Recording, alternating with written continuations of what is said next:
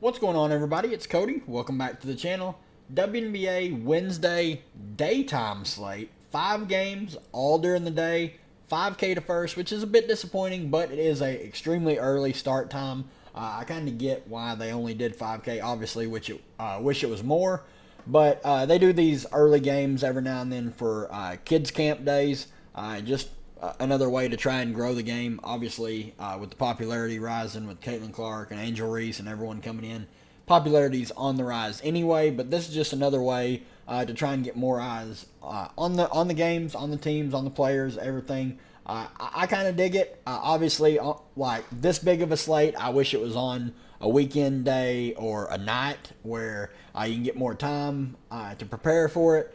But it is what it is. I am going to try my best to do a live before lock before the early game here, the New York Connecticut game. I may have to try and take my lunch early so I can get home and do a live stream, but keep an eye out for that. I'm going to do my best.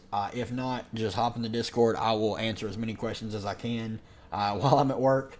But let's look at the odds for these games, and then we'll go team by team and break it down.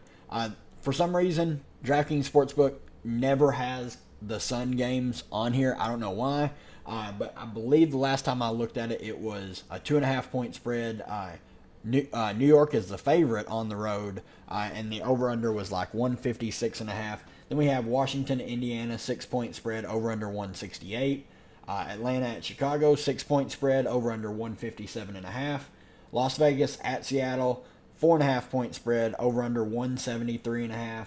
Dallas at Phoenix, 8.5 point spread, over under 175. Obviously, these late games, these two late games, extremely high totals. Not a lot of defense will be played here, so these will be the games that you want to, especially at least have pieces from, but you can absolutely stack these games up.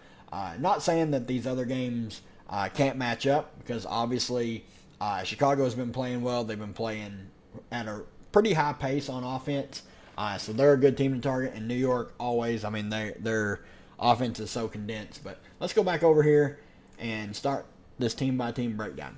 Starting with New York, Stewie at the top, 11.7K. Obviously, one of the best plays in the WNBA, or players in the WNBA, has not shot the ball well at all these past 2 games. Playing big minutes. Sabally is still questionable. If she was to play, I would imagine it would tick a minute or 2 down for Stewie and tick a few minutes down for JJ. But Stewie's still going to play mid-30s minutes with the potential to play a couple more, as this is against a good team. They want to win this game. They don't want to lose 2 in a row. She has a huge ceiling. I mean, she's shown it. Has a few 50 bombs. She's hit over 60 before this season on numerous occasions. So big ceiling for someone like Stewie.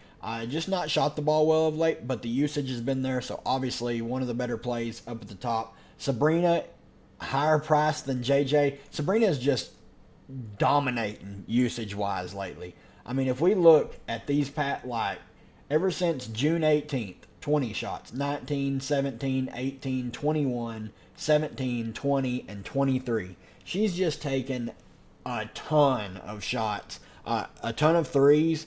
So obviously there's a extremely high ceiling there with a player like Sabrina Ionescu. She's going to get the Dejanay Carrington defense, but the usage is going to be there. Sabrina is going to shoot the ball. That's how New York wins, is if Sabrina is hitting her shots, getting open. Then when teams have to pressure Sabrina, it opens up the game for everyone else. Obviously, I have a lot of interest in Jonquel Jones.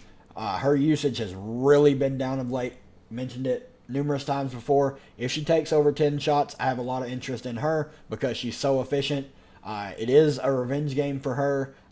She left Connecticut in not the best way. Won MVP there, but not been great of late besides this game here against Minnesota when she put up 48.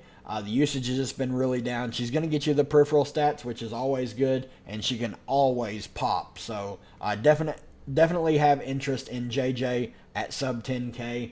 Benaj Laney at 8,100, I have interest in. She's been really good of late, playing big minutes. Sloot, zero interest. Even though she's 5,700, it's just really hard to get to her. I mean, she's a deep tournament play. Her minutes are just not there, and they're actually benching her because she's playing so bad.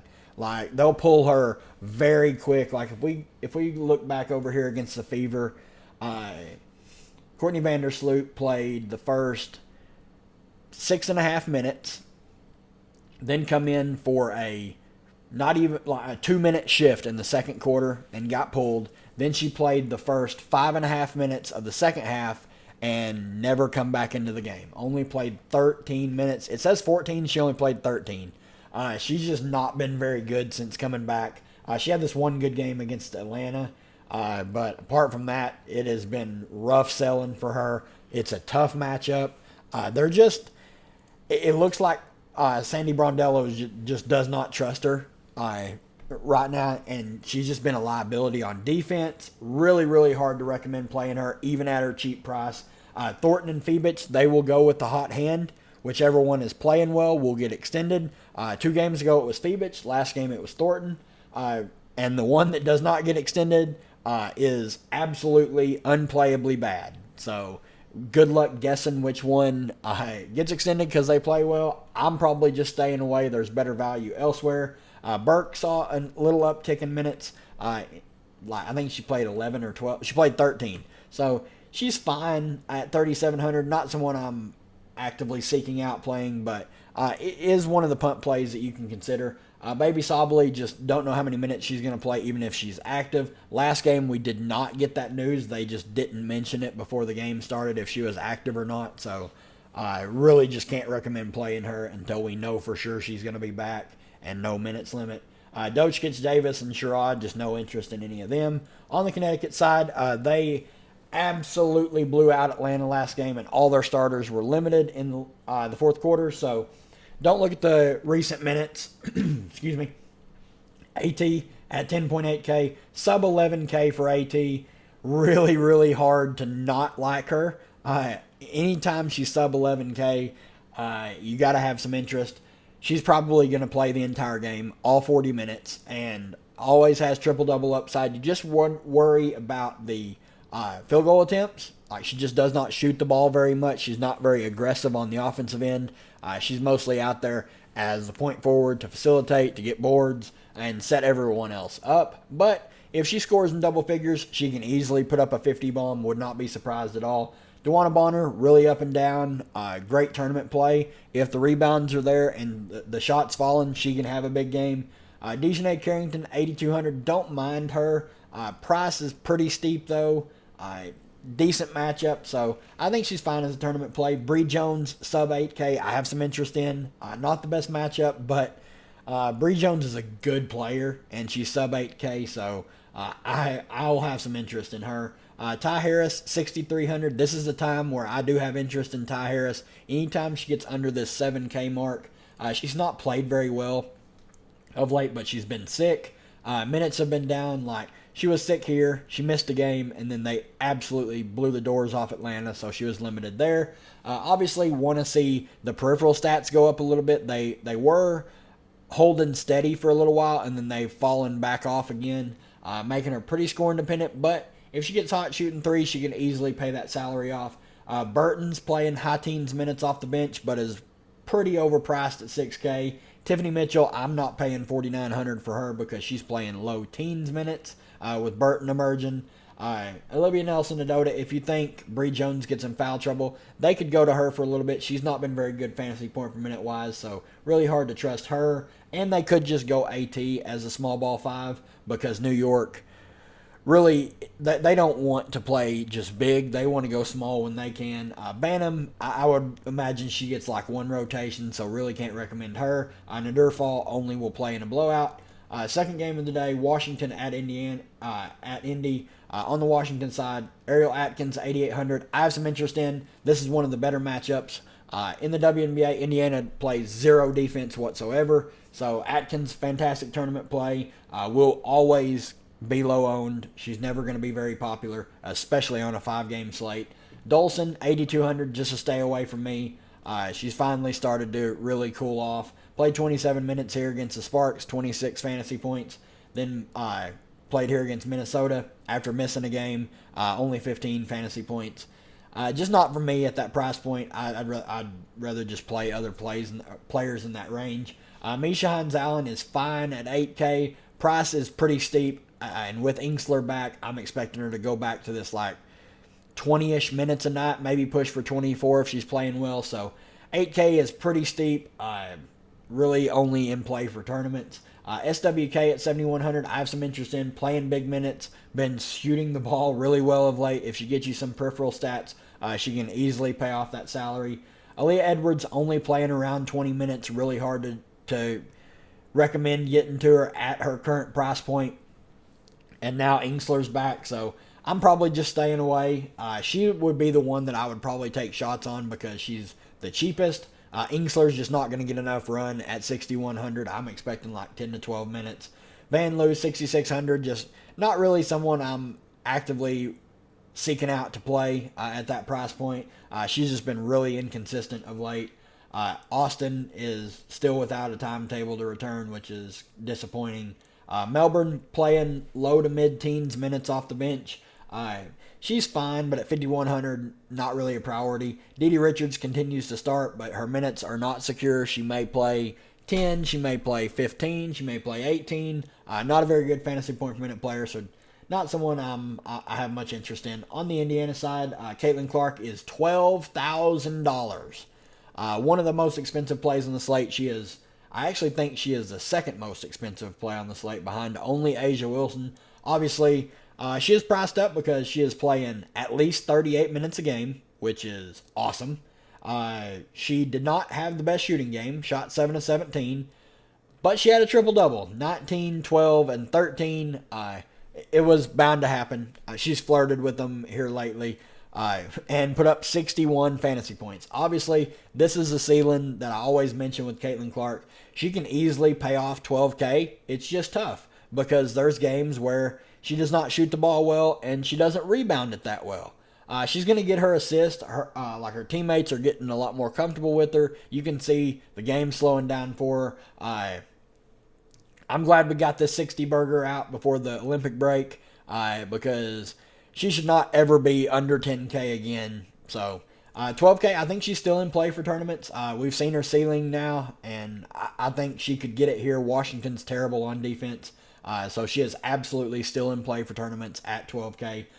Leah Boston, 9,600. I have some interest in her, especially now that we know that Fag Benley is out. Her minutes should be pretty secure at around 34, 35. Nalissa Smith should play right around 29 to 31 minutes.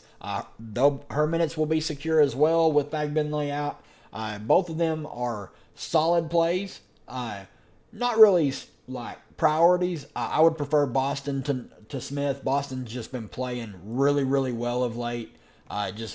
You can see the chemistry really clicking with her and Clark. Kelsey Mitchell's been shooting the ball pretty well. 5 of 14 is not the best, but she's really scoring dependent. That's what I always say with her. If you think she has a good shooting game and maybe she can get you a couple peripheral stats, she can pay off 7,800, but she's purely a tournament play. Wheeler's minutes evaporated, so good luck guessing who's going to play off the bench here. I'm just going to stay away. Wheeler's minutes evaporated. Christy Wallace barely played last game. You can't play her. Katie Lou is fine as a value play. She's played 28 and 26 minutes in the 2 games that she started. 5 fantasy points and 11 fantasy points, so you can't expect a lot from her. But at 4,400, if she gets you 12 fantasy points, and lets you fit in a couple studs, it's not the end of the world. Lexi Hull was the one that got extended last game, played 19 minutes, put up 10 fantasy points. You can take shots on her. I just worry about the consistency of her minutes. 11, 4, 13, 5, 19. So on that parameter, she's probably going to play 3 to 6 minutes this next game. But you never know. That's how you win big tournaments, is taking risks on cheaper players, and they work out. Dantas should see a little bit of run with Fag Benley out. I would expect somewhere around this 6 to 8 minutes. She's a decent fantasy point per minute player. She can shoot it. She shot 3 of 3 here against New York. Not expecting her to shoot 100% from the field again, but she's a fine play. And then Saxton and Berger are just not going to play. Moving on to the next game, Atlanta at Chicago. On the Atlanta side, a lot of news. Still just come in. Ami here is not with the team. She is taking care of her overseas commitments. Ariel Powers is out. Jordan Canada is out. And Ryan Howard is out. Cheyenne Parker is in. She's not on the injury report, so she is back. Tina Charles, 9,400. The price is great for her. She just absolutely torched Chicago a week ago. Almost pretty much a 50 burger. So I have quite a bit of interest in Tina Charles. Alicia Gray, 8,900. I have some interest in her. She was well on her way to having a good game. 27 fantasy points in 21 minutes. I do have some interest in her. She's starting to put it together. That would be her second good game in a row. Haley Jones, 6,800. She played 21 minutes and put up 2 fantasy points. 2. Really hard to trust her. Minutes really fell down for her because she was playing so bad. If she's not going to play 30 minutes, I cannot describe it enough. I have zero interest in Haley Jones at 6,800 if she's not going to be a volume minutes play. Cheyenne Parker, 6,300. I have a little bit of interest in. Would expect her to play 20 to 23 minutes off the bench. I'm not expecting her to start. I never expect her to start. Her and the coach don't get along. Nia Coffey's fine, 5,900. You know what you're getting out of her. She'll have a couple prime James Harden games, and then she'll completely disappear in other games. But 5,900, the minutes are going to be there for her. Don't mind her. Maya Caldwell, absolutely busted. She kind of got there in garbage time to put up a respectable score. Not a good score. I mean, she barely 2x'd. But she shot 1 of 8, still played 30 minutes. So don't mind her at 5,800. Would expect her to have to play quite a bit here. Naz Hillman, minutes are going to go back down with Cheyenne Parker back. She got there in garbage time, so her last game is very skewed because of the garbage time stats. 5,400, probably just a stay away from me. Same with Kabaj. Henderson, Henny, she played 19 minutes, put up 11 fantasy points. She's probably just a better play than Haley Jones, and just hope that she gets the run. Obviously, she got extended because of the blowout as well. Would expect her to play 8 to 12 minutes off the bench, and maybe have the potential to play a little bit more if Caldwell or Haley Jones were to struggle. On the Chicago side, Angel Reese at the top, all the way up to 11K. She played the entire game last time out against Seattle. That's amazing. I always project her for around 34 to 35 minutes because they get just mauled on the boards when Angel Reese is off the floor. So when she's on the floor, they play better. So they just leave her out there. Obviously, if she's going to play big minutes, she has a huge ceiling. She's got this ridiculous double-double streak going. I love the matchup here for her as well. So don't mind her as a spend up. Kennedy Carter all the way up to 9,200. Facing her former team, she'll have that extra large chip on her shoulder, so definitely have interest in her. Marina Mabry has been playing better these past couple games, 23 and 30. The shot attempts are going back up. I have some interest in Mabry, especially since she's under 8K. Camila Cardosa, I don't know what happened last game. I still think there was a secret injury, and Teaspoon just didn't want to talk about it or didn't want to mention it. I can't believe that she only played her 3 minutes in the second half. I just don't buy that. I think she was injured. Lindsey Allen's going to play mid-20s minutes and start. She's just not been good of late. She's back to what I expect from Lindsey Allen. Obviously, she had these 2 good games. She can still put up a good game, but they're just few and far between. Good luck guessing when they come. Izzy Harrison had a great game last time out, got extended, 22 fantasy points in 20 minutes. I would expect her to play 12 to 15 minutes off the bench. Dana Evans, the Shields are fine, kind of puntish plays. They should play low teens minutes off the bench. Really, really hard to trust, though. They can be limited if they're not playing well. Turner and Onyenwere are just, I'm never playing them. Moving on to the next game, Las Vegas at Seattle on the Aces side. Asia Wilson at the top. Most expensive play on the slate. Worth every penny. She's played against Seattle a couple times this season. 54 fantasy points. 50 fantasy points. So they played twice. I thought they had played a third time, but she's been over 50 in both. Just insane. What she's doing is incredible. I don't even need to beat a dead horse. She's the best player in the league, and it's not close. Jackie Young, 9,500, also been playing very well of late. Not having to score, she's getting the peripheral stats. I love Jackie Young.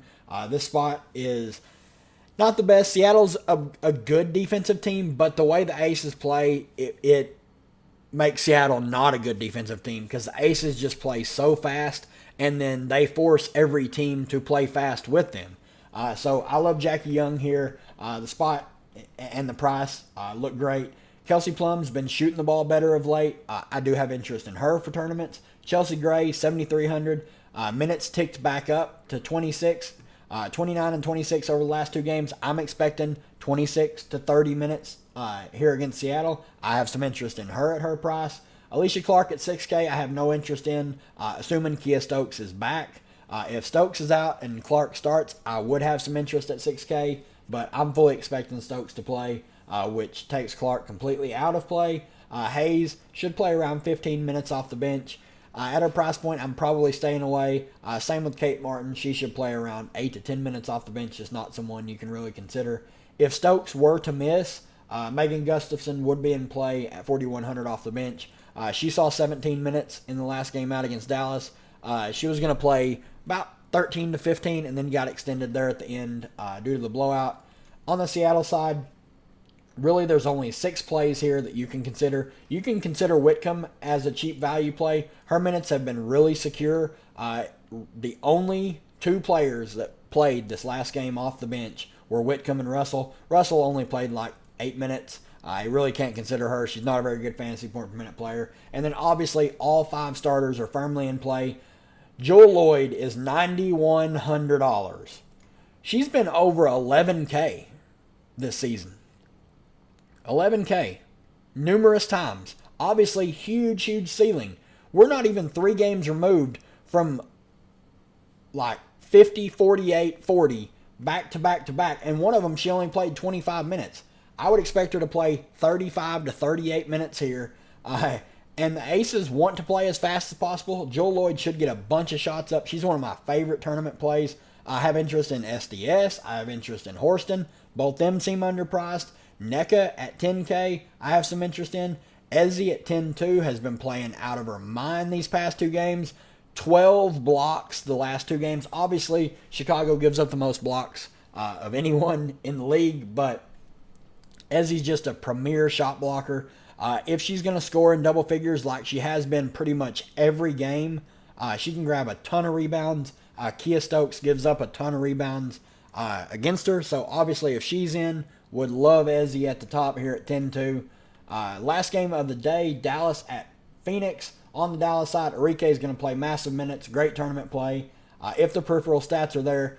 Had a rough game last time out against the Aces. Shot 4 of 13, 32 fantasy points. But that's really her floor. I mean, she has a ceiling, especially against Phoenix. She has 46 against them, 58, and 64. Massive ceiling for a player like Arike Gumbawale. Nat Howard's minutes are really up and down. Who knows what she's going to play. The usage is great when she's on the floor. She's a great fantasy point per minute player. That makes her a fantastic tournament play at 9,300. Obviously, you will win a GPP when she plays these like 34 minutes. But I pretty much have to pull back and project her to play 27, 29 is what I try and stick to. But anytime she gets extended into the 30s, it's probably because she's just absolutely smashing. Odyssey Sims, been an absolute revelation. 38, 39, and 34 minutes the last 3. 18 shot attempts. She shot 11 of 18, 25 real-life points. I don't know how long she can keep it up, but it's been awesome watching her. Like, just come back and just ball. Like, it's been really cool to see. It's getting to a point where like the price tag is pricing me out. Like 8,600 is very steep for someone that could only get you like 30 fantasy points. I'm not expecting her to continue to shoot the ball as well as she has. But if you do, absolutely play her. The minutes are secure. She's going to play mid-30s minutes with the potential to play even more. Big T, fantastic tournament play. That's all she is. Like, she's a fantastic tournament play. You never know with the minutes on Big T. If you look here against the Aces, a team when like they needed her. They needed her out there. She missed a big chunk. She played the first 3 minutes and got pulled. And then come back at the very end of the first quarter, played the whole second quarter, then had a half a shift in the third, then come back and then sat for the final 7.5 minutes. They did not close with her. I would expect her to play mid-20s minutes.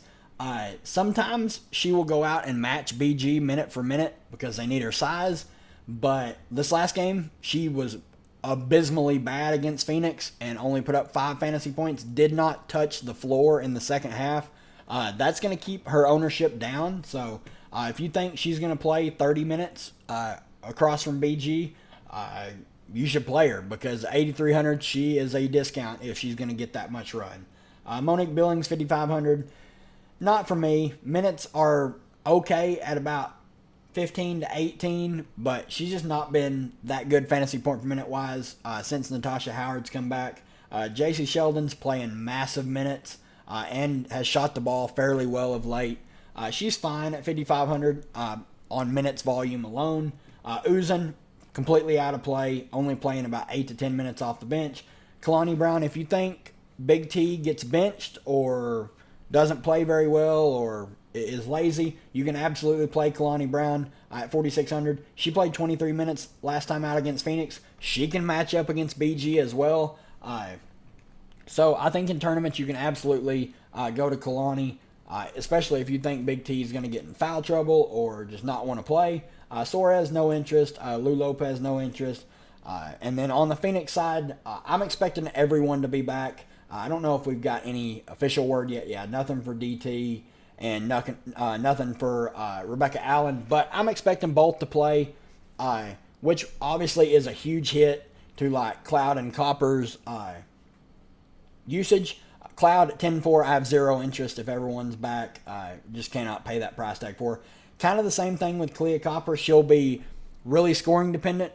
She kind of lets everyone else do all of the peripheral work, and then she just shoots it a lot. So at those price points, they're priced up from this last game when they played pretty much the whole game and had great games when DT and Rebecca Allen were out. BG obviously disappointed last time out. There is still a chance that she could miss if her wife goes into labor, but she nuked against Dallas last time out at super low ownership. I would imagine she's going to be low owned here as well because it's the very last game of the slate. But she is $9,100. That is at least $1,000 too cheap for her. I have interest in DT at $8,400. I'm not expecting her to be on a minutes limit. She's played really well against Dallas this season. Rebecca Allen at $6,700 is fine. Not really someone I have a lot of interest in. That price point is about right where it should be. Sophie Cunningham played practically the entire game last time out, but has not played well pretty much this entire season, so I'm not paying $6,400 for Mac. Would only be in play if BG was to miss for the birth of her kid. Herbert Harrigan got the start last time out. No interest here with everyone expected to be back. Sutton is fine. Like, she's going to play 10 to 12 minutes off the bench, but she's just been really, really bad of late, and they could even limit her.